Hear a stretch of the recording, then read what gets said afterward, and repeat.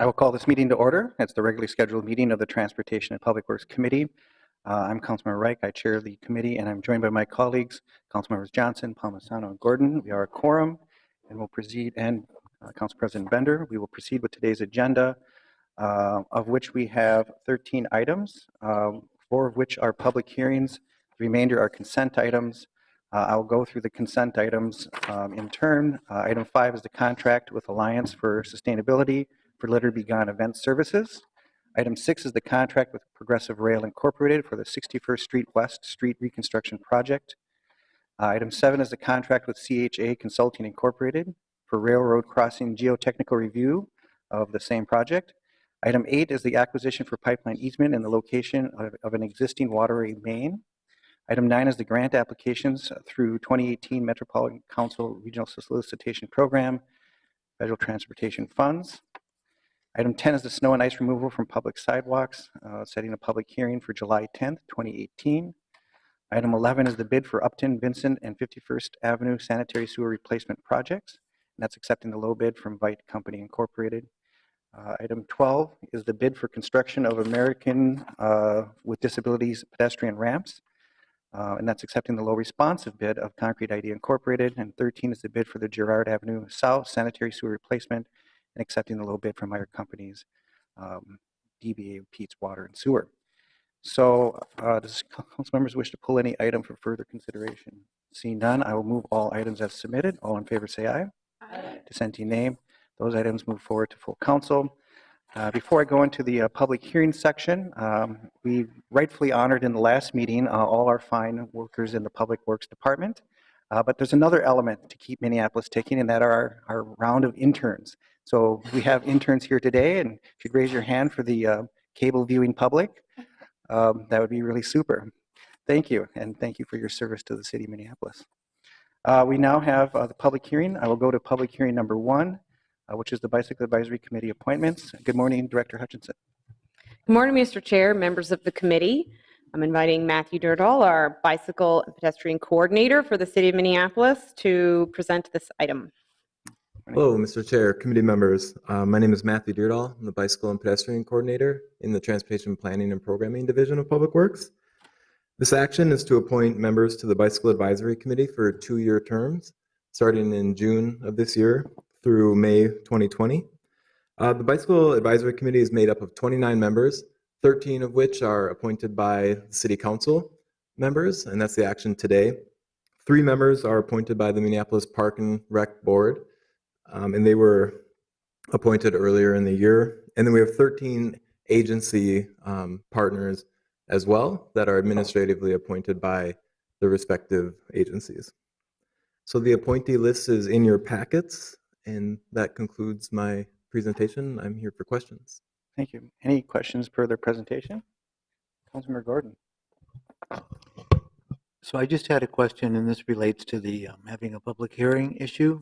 This came up to our committee earlier, and obviously none of the committee members, well, I'm not sure if that was obvious, but the requirement for a public hearing wasn't important enough for us to have remembered that it existed, at least me, and also to understand why it was put in there in the resolution at the beginning. I'm wondering if you, and I don't think you were here when we passed that resolution, but if there's been any discussion about that, and maybe if maybe the Bicycle Advisory Committee themselves could talk about whether they think a public hearing is warranted or not. I'll just note, we kind of have a mishmash of when hearings are required and when they aren't, and there's probably a different rationale for each time we set up an advisory group. Sometimes it might make a lot of sense, other times I'm not sure. A lot of times the appointments are so organized ahead of time and sort of set up. In this case, each ward kind of designates somebody already.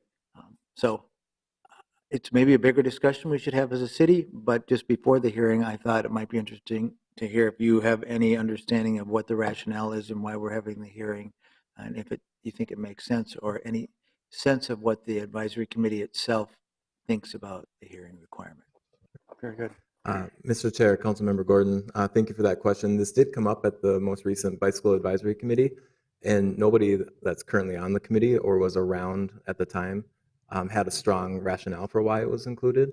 My understanding is very few committees have a public hearing, so it's definitely something that I think we can look into and possibly bring back if a change is desired. Thank you. Okay, with that, I'll open the public hearing. Anyone signed in? No one signed in. Does anyone wish to come forward? Anyone wish to come forward? Seeing none, I will close the public hearing and entertain a motion to accept those who are listed. So moved. Okay, there's been a move. All in favor, say aye. Dissenting nay. That carries, and thank everyone for their service. And yeah, we will look forward to the clarification on that point, and we will certainly take seriously the advice of the committee itself. Item 2, Director Hutchinson. Mr. Chair, members of the committee, our second public hearing today is on the Minneapolis Stormwater Management Program and annual report. This is an update to our stormwater management plan to be consistent with the changes in permitting. This item will be presented with a graphic presentation by Elizabeth Stout from Surface Waters and Sewers. Thank you. Good morning. Right. Good morning, Chair Wright, council members. I'm Liz Stout. I'm the Water Resources Regulatory Coordinator with the Public Works Surface Water and Sewers Division. And thank you for the opportunity to come forward this morning and talk to you about the many layers of water resource regulation that impact the city. Today's public hearing is to provide an opportunity for public input into the city and the Minneapolis Park and Rec Board's stormwater permit. But today's presentation will be a little more wide-ranging. I want to cover some of the many layers that cover water resources within the city. The city of Minneapolis falls under the jurisdiction of a sometimes bewildering array of entities when it comes to water resource regulation. We have federal, state, regional, and local rules and regulations that can make understanding the different permits, programs, rules, regulations, ordinances, and acronyms around water resources incredibly confusing, even for those of us who work in the field. My goal today is to try to provide some context and clarity around water resource regulation and how it impacts our work here at Minneapolis, and highlight some efforts underway with our watershed partners and how we'll be using data to inform a lot of our ongoing decisions in regards to transportation projects led by our other partners within Public Works. At the federal level, the most important regulation that guides water resources in Minneapolis is the Federal Clean Water Act. The Federal Clean Water Act was passed in 1972. At that time, the primary focus was controlling industrial pollutants. One of the most significant events that led to the passage of the Clean Water Act was significant pollution in the Ohio area. These two pictures are of the Cuyahoga River. One of them, it's on fire, and the other one shows where the river enters Lake Erie, and it shows all of the industrial pollution that was just a fact of life back in the 70s. While it started with regulating industrial discharges and wastewater treatment, as time passed, the Clean Water Act expanded its purview to cover large construction sites as well as municipalities like the city of Minneapolis. Under the Federal Clean Water Act, Minneapolis, like other cities, needs to manage the stormwater to keep pollutants from degrading its water bodies. This management is done under the municipal stormwater permit. The fundamentals to the success of the Clean Water Act for the city of Minneapolis is this NPDES permit. In Minnesota, the Pollution Control Agency at the state level is really the administrator for those Clean Water Act permits. The city has historically had two permits. One of those regulates our general stormwater discharge. The other one regulates our combined sewer overflow system. Back in March, Katrina Kessler spoke to this group about the combined sewer overflow program and about the city's success with minimizing the risks of that system to our water bodies. We're actually at the point where we've been able to request termination of the standalone CSO permit. As Katrina Kessler mentioned back in March, we're moving towards a more integrated approach with our stormwater. What we've done is we've worked with the Pollution Control Agency to combine our CSO and our general stormwater permit into one combined integrated permit. This was actually approved by the PCA and by the city back in February. One of the requirements that comes with this permit issuance is that the city's working on drafting what's called a new stormwater management program. We call it a SWAMP. That's one of your acronyms for today. The SWAMP outlines specific things that the city has to do on an ongoing basis and any new programs and initiatives that we have to implement over this 5-year permit cycle. It describes work plans, timelines, and participating documents and departments across the city with responsibility towards stormwater management programs. It describes things like public education, illicit discharge detection and elimination, and how we manage our stormwater facilities like ponds and wetlands. As part of this new permit, we're in the process of updating our SWAMP, and we'll be bringing it to the council for approval most likely later this year. The next layer to our water resource regulation is the state level, and it involves the Metropolitan Council. The Metropolitan Land Planning Act requires municipalities within the Twin Cities area to provide an updated comprehensive plan every 10 years. This is the Minneapolis 2040 plan that our CPED department is working on, along with other internal city partners. Local communities are served by regional systems that are planned with the Metropolitan Council, and we do these comprehensive plans to try and make sure that all of our infrastructure, whether that's road planning or sewer planning, housing, regional parks, all of that works well across the metropolitan area. One of the requirements of this comprehensive plan is both a sewer plan, looking at our wastewater system, as well as a local surface water management plan.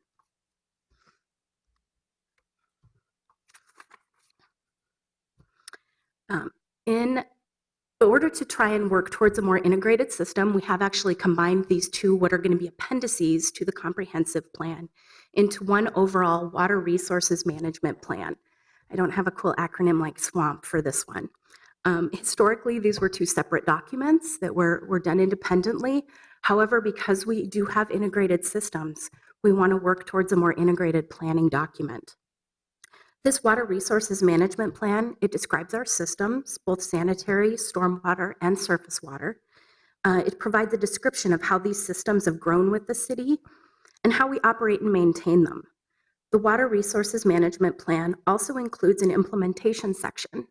This section describes how the city sets priorities for water resource projects across the city. We look at coordinating with road reconstruction projects, the intersection of flooding and water quality improvements.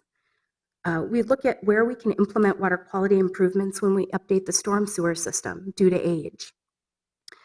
This section describes how we will work with all of our partners, such as the Park Board, as well as our 4 watershed management organizations within the city. The draft Water Resources Management Plan is right now currently out for a 60-day public review, and you'll be seeing it for your approval later this year. The next layer to our water resource puzzle is kind of the regional level. These are our watershed management organizations. Beyond being a partner on projects, local watershed management organizations are also, to some degree, our regulators. The City of Minneapolis has 4 watershed management organizations that have jurisdiction within our borders. These are Shingle Creek, Bassett Creek, and Minnehaha Creek, as well as the Mississippi River Watershed Management Organization. I just mentioned about the city's Water Resources Management Plan as a requirement of the comp plan. The Met Council is one of our regulators and has to approve that plan. However, these 4 watershed management organizations are also required to review and provide comment and approval to this plan. Each of them has a 10-year planning document, and we need to ensure that all of our, how we describe our system is consistent with theirs. We're consistent with their goals and policies, and we also look at how they regulate stormwater to make sure that we're consistent with theirs. So they are also a regulator. In addition to being a regulator, they are a project partner. For example, this project was done with the Bassett Creek Watershed Management Commission. There was a stream restoration project that happened through Worth Park. This was back in 2012. Coming up later this year, we'll be doing the next phase of that from Glenwood Avenue down to about Van White. We'll be doing some erosion repair through the creek section. And Bassett Creek, as a project partner, is providing funding for this project. The Shingle Creek Watershed Management Organization, we're working with them to look at some bacteria mitigation. How can we prevent bacteria from entering our water systems? We're finding we've done some bacteria studies that are showing it's pretty ubiquitous, and there's not a lot of research into how to control bacteria. One of the things that the Shingle Creek Watershed did was they got a grant to study that and looking at, are there things that we can build into filters that will help prevent bacteria from them going into our lakes and causing more impairments. We're right now working with the Minnehaha Creek Watershed District and the Park Board on some FEMA repair work along the creek corridor. We signed an MOU with those two organizations and are working to restore the creek along several different sections. And an upcoming project with MWMO, the Mississippi Watershed Management Organization, is looking at a pilot project between the watershed as well as the DID, partnering on some green infrastructure pilots and how we can put green infrastructure into our urban corridors. All right, the final layer to water resource regulation in the city is city programs, projects, and ordinances. The city implements programs across the city for water resource protection. Many of these programs are really driven by our NPDES permit. Those require street sweeping, annual inspection of water quality facilities like grit chambers and rain gardens, and 5-year inspections of ponds. This also includes additional things like we televise all of our sanitary and storm sewer and look at condition ratings, and that helps drive future improvements.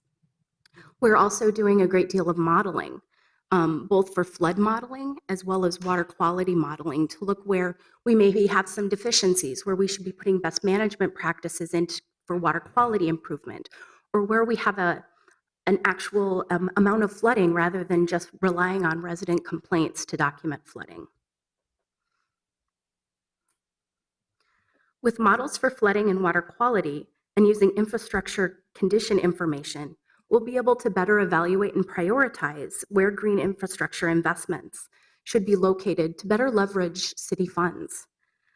Mitigation solutions will likely include a mix of underground and above ground storage, green alternatives such as rain gardens or bioswales, and larger pipes or tunnels for additional flood capacity. There are benefits to be realized for water quality as well. Models are also informing decisions about where and when to install stormwater treatment practices and address flooding as part of the accelerated street reconstruction work. Integration of stormwater treatment planters into the 8th Street design is an example of this.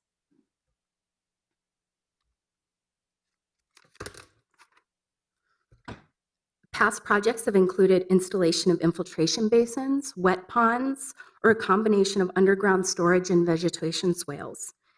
These are some recent pictures. The bottom left is the infiltration basin in Holland neighborhood adjacent to Edison High School. A lot of these stormwater drivers, again, include the condition of the existing system, capacity in our tunnels where we need flood mitigation, water quality opportunities, and also leveraging partnerships. City ordinances, really exciting stuff. You can look forward to seeing updates to Chapter 54, which is the city's stormwater management ordinance, in the near future. One of the drivers to this is our watershed management organizations. They all have their own rules and regulations, and sometimes we have to update ours to meet their requirements. Along with our new stormwater permit from the Pollution Control Agency, requires just some new volume reduction requirements and new water quality treatment requirements that then need to be integrated into our city ordinances. I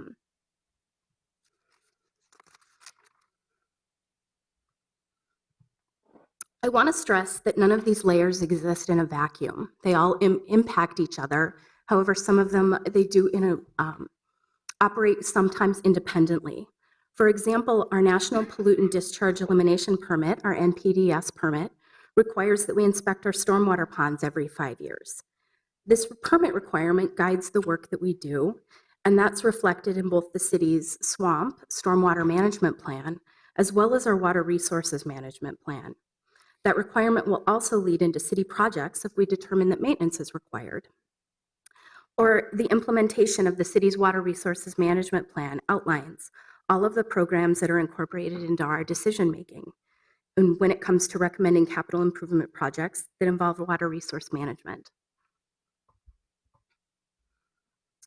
I want to say thank you for your time this morning, and I appreciate you letting me explain a little bit of the complexity of water resource regulation here in the city, and I'm here to answer any of your questions.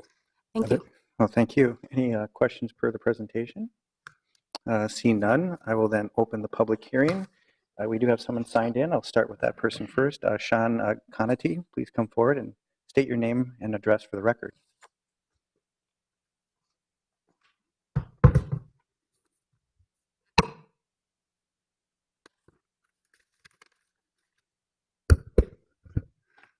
Hi, I'm Sean Conati.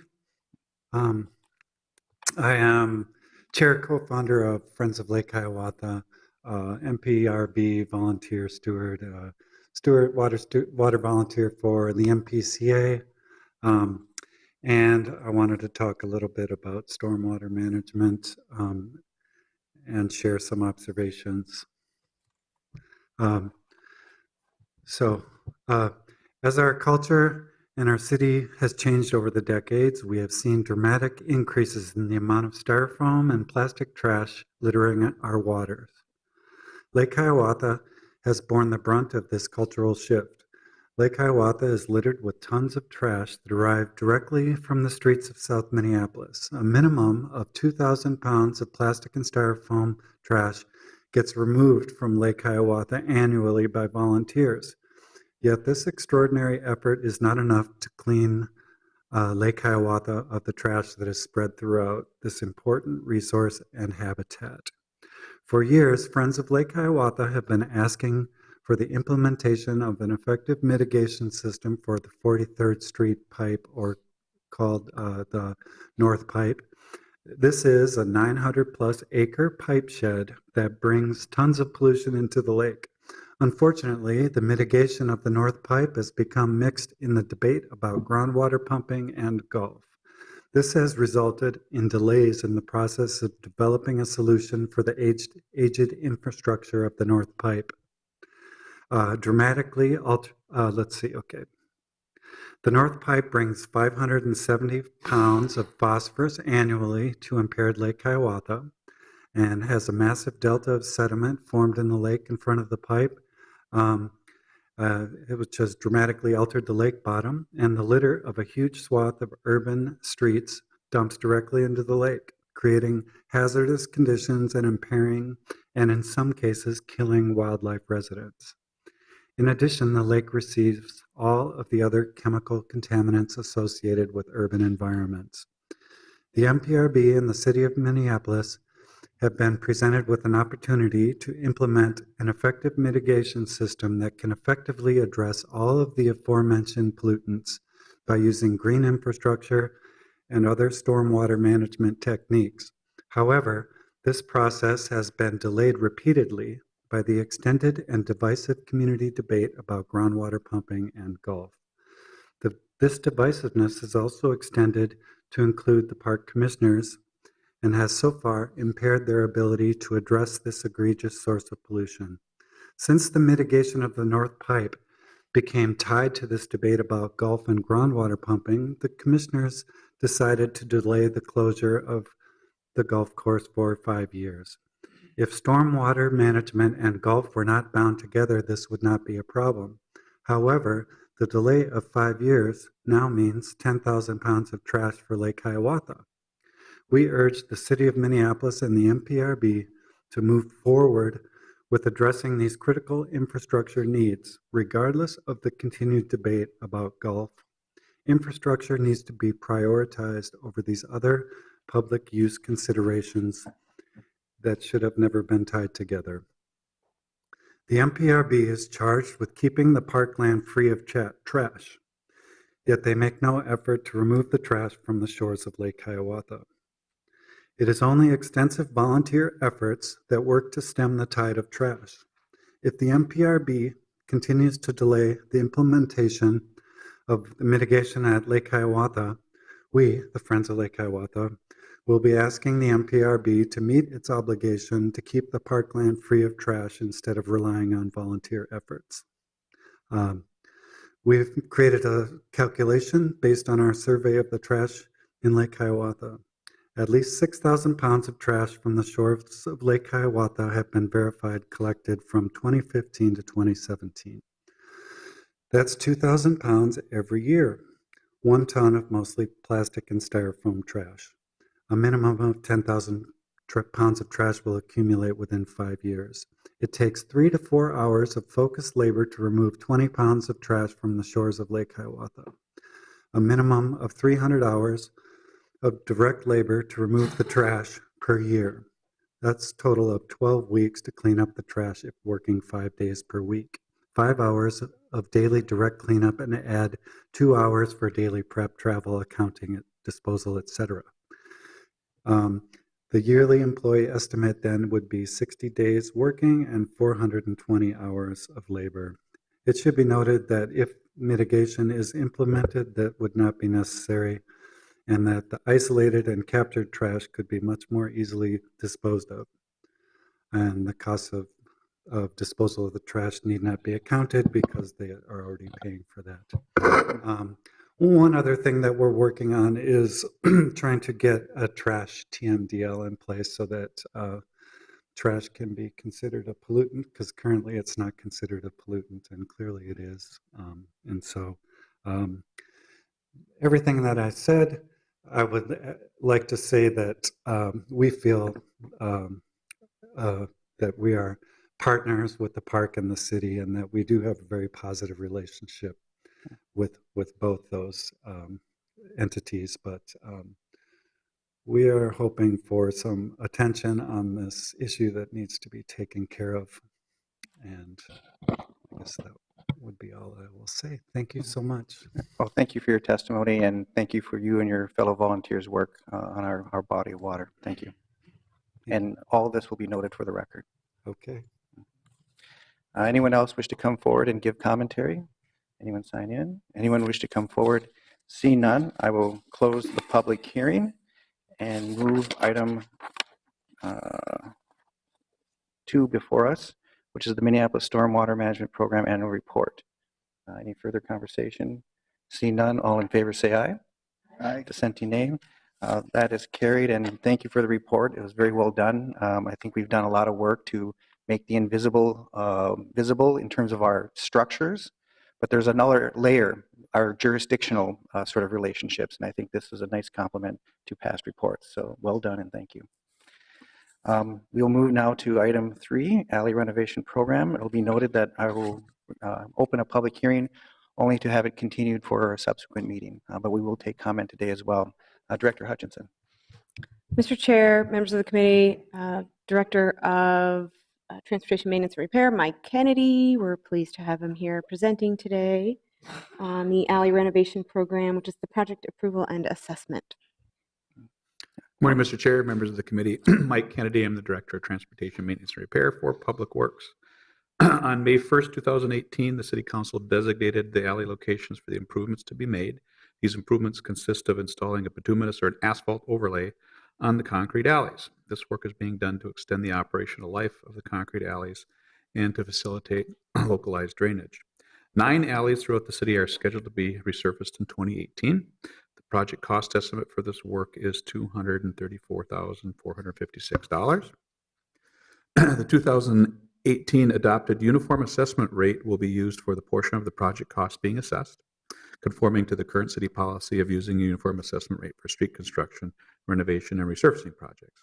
Per council resolution, the uniform assessment rate for the alley renovation for 2018 is 7 cents per square foot of land area abutting the alley to be improved. This rate is the same for residential and non-residential use properties. The total amount to be assessed is $87,801.34. The remaining costs not covered by assessments would be funded by net debt bonds.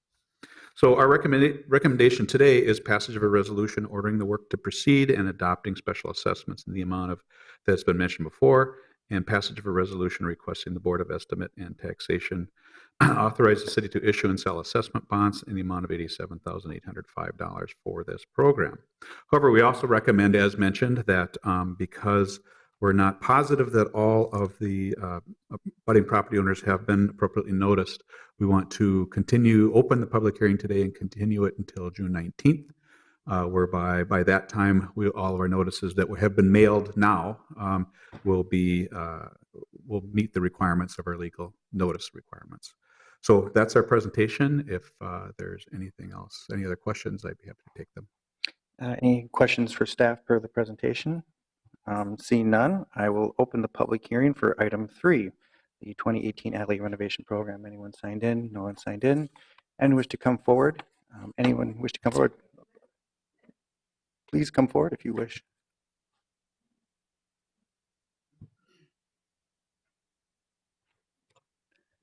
State your name and address for the record. My name is Carolyn Fox. I live at 3026 38th Avenue South. Really, I'm here for the 34th Avenue project. But one thing that's been along these lines is I haven't heard anything about environmental studies between asphalting surfaces versus concrete on surfaces. And in the brief time I've done research, it sounds like asphalt has a lot more toxicity and runoff. And I haven't heard a single thing in any of these reconstruction projects regarding that. And like for me, the 34th Avenue project is concrete now and they want to make it into asphalt. And then that's what I came here to talk about. But it seems like there's a lot of water topics. And I haven't heard anything about that. You've connected some interesting dots. We might be able to address that here if you wish. And certainly it can be a longer conversation moving forward. Yeah, because it seems like we're taking a real short-term view. Let's asphalt the concrete and that'll take care of it. But we have a lot of water and a lot of bedrock and a lot of information about that. So I'm thinking we're being pretty short-term on what we're looking at versus saying, what are we leaving people with? I mean, because the longevity of concrete, I mean, that's a solid surface once it's done, and well, there's some hard surface experts here in the room, and they might be able to comment. So Mr. Chair, I could jump in here and briefly, first of all, we have several engineers in the room that would be happy to talk with you afterwards and explain the trade-offs. Each corridor gets its own analysis on what the appropriate treatment is for that particular street. And in some cases, the technical requirements of the soil that's underneath it, the cost benefit of the material is what drives those decisions. We bring forward to Transportation and Public Works a mix of both concrete and asphalt, and each one is evaluated separately based on environment, based on engineering, on cost benefit. And again, we have several engineers, and I'll actually ask either Mike Kennedy or Don Elwood to just spend a moment with you and just talk about it more. Thank you. But I didn't see that on the 34th Avenue project, if there was a long-term environmental on the runoff. So then I wasn't sure if that was considered with the alleyways, since it's all our waterways. When we get to 34th, we can bring that up. I will. Okay, thank you. Very well. Any other commentary on item 3? Seeing none, I will close the public hearing, or actually I will not close I will continue the public hearing and will receive further comment June 19th, 2018. All in favor of the continuance, say aye. Oh, aye. Oh, Councilor Gord, sorry. Well, I can comment after the aye, so I don't necessarily want to comment on the continuing or not. Okay. So, all right, so I think we've got votes to approve the continuance, and you wish to have the floor, Councilor Gordon. thank you very much. Yeah, I just hearing that comment and the discussion and also talking about alleys right after we talked about stormwater management made me recall lots of conversations that I've had with residents in Minneapolis wondering why we don't utilize our alley corridors more as a stormwater management thing. And also, I think there's been some big stories about Chicago and some of the innovations that they've done to help manage stormwater by looking at more permeable surfaces or making room for water management even in the alleys. I don't know if, where you all live, but often when there's a big rain, you can clearly see there's tons of water that's going to the alley, and it's just leaving and going down, and sometimes puddling and pooling somewhere, but often just rushing off to capture whatever trash and garbage and pollution and fertilizers and plastic bags and styrofoam we have to send it down into the stormwater system. And it seems like there could be an opportunity here. And I know that it wasn't one of the projects we talked about in our resource plan, but at least it seemed like I could raise that issue here to look at that. It would be fun to think about what could we do more with that? Could we even have some under the alley filtration and some space like people do in parking lots now on their own property and those things. Now, maybe there's somebody who's dabbled in this in the public works staff that we could hear back from. Otherwise, I'm happy just to leave this as one of those comments that I put out there now, and we'll definitely revisit in the future as we go forward. But I know there are many blocks, and those people would love to be part of a pilot. So if we took, and there's not very many alleys that we're doing on this map here, it's a handful, right? So if we were able to think of, okay, let's come up with a pilot that we could test, and maybe it's not going to be as durable. We don't know. I know there's always questions about it whenever I've asked about permeable surfaces for driveways and what we allow and don't and where we go. But there could be opportunities. I know at least in the second ward, some of those folks would probably love to be part of a pilot to see if we couldn't come up with a better alley design in terms of stormwater management. So maybe I'll leave it there, but then maybe the director wants to just comment. Mr. Chair, Councilmember Gordon, we are committed to piloting a number of projects. This is not a pilot that we have currently looked at, as we have been selecting our stormwater management projects in areas, and they are pilots, in areas where we have existing partnerships, where we can leverage external dollars to our own, and where we have our biggest problems. It's not to say that alleys don't have their issues, but our selection of pilot programs for stormwater management have been focused on where we can see the greatest results. We do have additional information. Lisa Cerny, our city engineer, has probably a bit more information than that. And if this is something, Mr. Chair, would you like this addressed now or at a separate time? If it can be briefly. Briefly, addressed. sounds good. Lisa Cerny. Mr. Chair, Councilmember Gordon, Lisa Cerny, City Engineer, Deputy Director of Public Works. You're asking really great questions, and actually Director Hutchison explained a lot of them. There are very technical, or I should say technical considerations in all of our hard surfaces. Understanding the vehicles that drive on them, understanding what's underneath them, understanding what we put in, how do we maintain it, how do we access it, what type of equipment do we need, how long will it last? And so all of those are factors, and all of those can be part of looking at various different pilot projects going forward. But where we have focused is where we have partnerships, collaboration, and our biggest problems that we need to address is where we've been focusing. And Mike Kennedy has one brief comment to add. Thank you, Director and Mr. Chair. Councilmember, remember, this program is about resurfacing. We can look at stormwater mitigation on alley reconstruction programs when we take the whole alley up and rebuild it.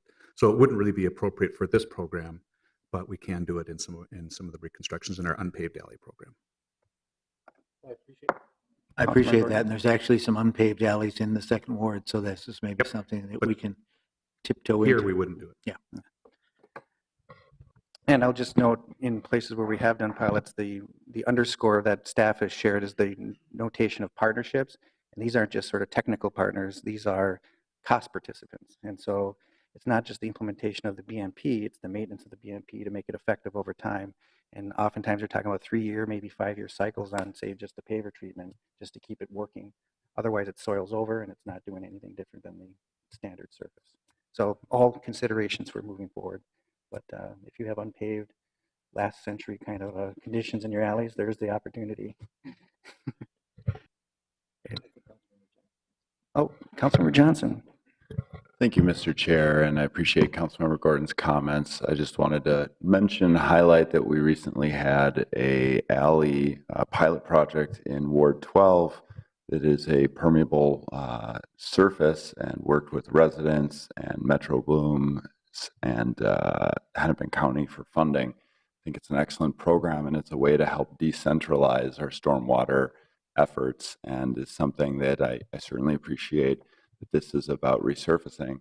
But on reconstruction, would love to see us get to a point where on all reconstructions moving forward that we can ensure those alleys are part of the solution and not part of the problem when it comes to stormwater, and that they are permeable and at the same time able to meet our other needs around durability and standing the test of time and being financially responsible investments. I think that we have that balance in place right now, or could get to that, especially by leveraging outside dollars, as Director Hutchison mentioned, and hope that we can move forward with that in earnest. It would be great to say that we have a plan in place to really phase out impermeable surface alleys over the decades to come. Okay, so we have, where were we? We were continuing item 3. Now we can move to item 4, I believe, unless there's any more commentary on the alleys. It's good to highlight infrastructure at any opportunity, and I think we did that today. Item 4 is the 34th Avenue South, 58th Street East to East Minnehaha Parkway Street Reconstruction Project. Director Hutchinson. Mr. Chair, members of the committee, Chris Engelman, an engineer with our Transportation Engineering and Design Division, will be presenting information. This has an approved layout, and this item is for project approval on the assessment and areaway abandonment. Thank you. Good morning. Good morning, Mr. Chair, committee members. My name is Chris Engelman. I am a project engineer with the Transportation Engineering and Design Division of Public Works. Today, I am presenting for the public hearing for 34th Avenue South Street Reconstruction Project, City Project number 6753, also known as CPV 087. The proposed project consists of reconstructing 34th Avenue South from 58th Street East to East Minnehaha Parkway.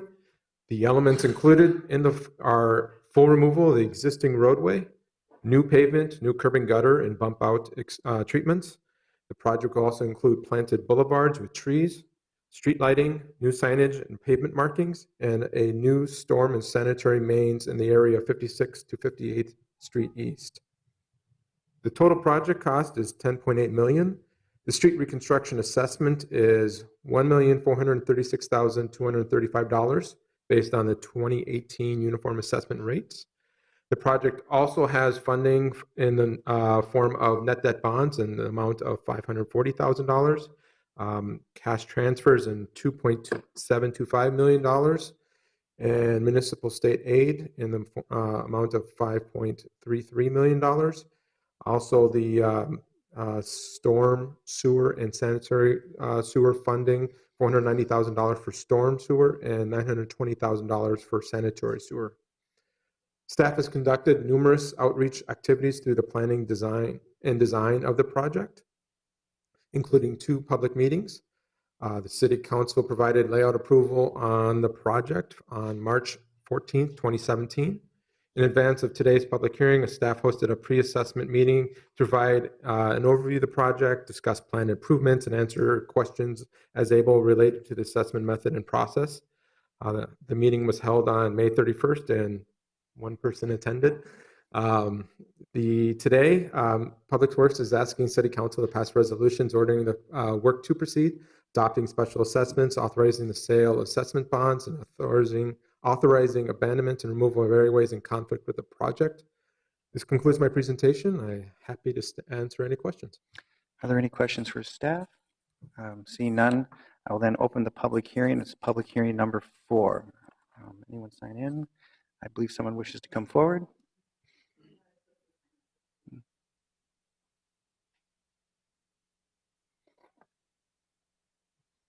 Hi. Hello again. Again, so my big issue is that I didn't see any environmental study. 34th Avenue is currently concrete. When we got the letter, it just said there'd be a reconstruction. And it didn't say it'd be a major redo. It didn't say we were going to decide what type of surface it would be. We didn't say it was going to change the look of the road. So I know for a lot of people, we just assumed it would be taken care of. And then it turns out that they changed the surface type from concrete to asphalt. They changed the side of the street, So a lot of us, I own Nokomis Hardware on 34th Avenue South. So I get to talk to a lot of people who live in the neighborhood.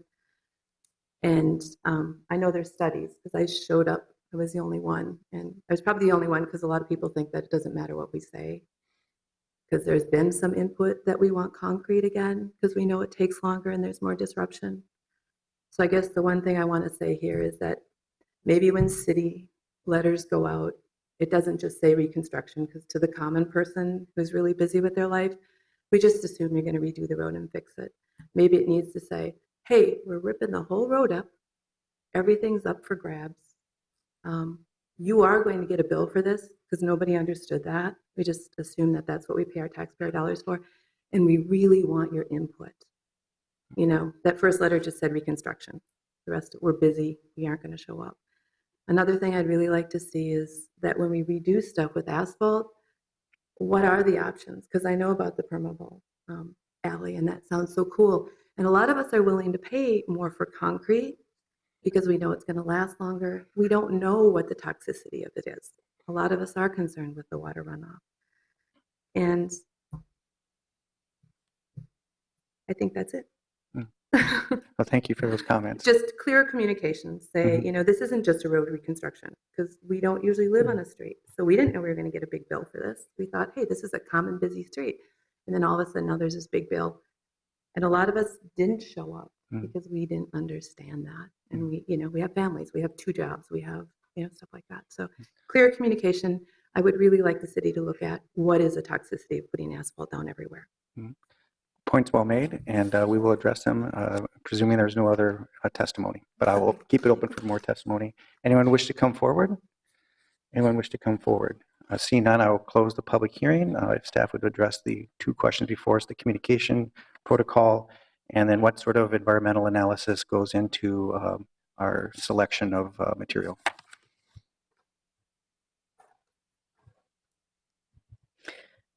We will start with Chris Engelman, who may be joined by Paul Ogren. Paul Ogren is an engineer who specializes in materials and can help to answer the questions on the trade-offs. But as far as the process and notification, perhaps Chris can walk through some of that. Thank you. Thank you, Committee Chair. It's a broad question. I'm diving into the ideas. We do send out letters that present information to the project, announcing the public meeting, offering the opportunity for input into the roadway reconstruction project. A variety of other conversations back and forth as to what the concerns are, what the potential desires are, and then try to incorporate a variety of different stakeholder groups and property owners into that. So we have the public meetings. We work with the neighborhood groups. We also work one-on-one with property businesses and property owners along the corridor, and talk to them about their concerns and needs and desires for the project in general. Hopefully that answers your question. Thank And you. on the, Oh, sorry, go ahead. I was just going to say that within that, I think there were some insights in terms of how the communications received to the layperson. And so that's something perhaps the Department of Communications can work on in terms of having not only clear and legally accurate information, but information that resonates and incites engagement. And Mr. Chair, I'll speak to that. We're always evolving the way we communicate, and when we receive feedback from a community member, we want to do better. We want to take a look at how it was worded and why it wasn't a compelling case, why it didn't invite people in, and continually make changes in how we communicate. We work with a large body of technical information, and it is an ongoing process for us to sort of de-technify our language. We're always working on it. Thank you. I appreciate the spirit of being a learning organization. And in terms of materiality. I'll ask Paul Ogren. Welcome, Paul. Morning. Good morning, Chairman Wright, members of the committee. My name is Paul Ogren. I'm in charge of the engineering lab for the city of Minneapolis. From a runoff standpoint, the water goes into the catch basins, and the material pretty much is doesn't really matter in that case. There's a lot of technical reasons on asphalt and concrete on why you would choose one versus the other. Asphalt is a flexible pavement. Concrete is a rigid pavement, and there's a whole bunch of technical reasons behind that. But at the end of the day, you have a hard surface, and the water falls from the heavens, comes onto the street, and goes into the catch basins, and it goes its merry way. We've had various studies in the past. We've been on the forefront of doing some porous concrete in the past. In the city of Minneapolis, it has not been successful in a roadway application or a sidewalk application. But we continue to look at new things as they come along. Thank you. I think that addresses the question before us. I appreciate your expertise. Councilmember Johnson. Thank you, Mr. Chair. Just a quick note to Mr. Engelmann. If we could chat after the meeting, I've got a few questions on this. Okay, very good. So with that, the public hearing is closed, and I will entertain any conversation or questions or clarifications per the conversation. Seeing none, I'll move the item before us. All in favor, say aye. Aye. Dissenting, nay. That carries, and I believe we've concluded our agenda and thereby are adjourned. Thank you very much.